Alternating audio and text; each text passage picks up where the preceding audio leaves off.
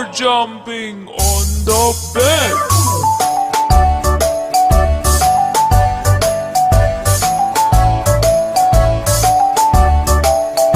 Four little monkeys jumping on the bed.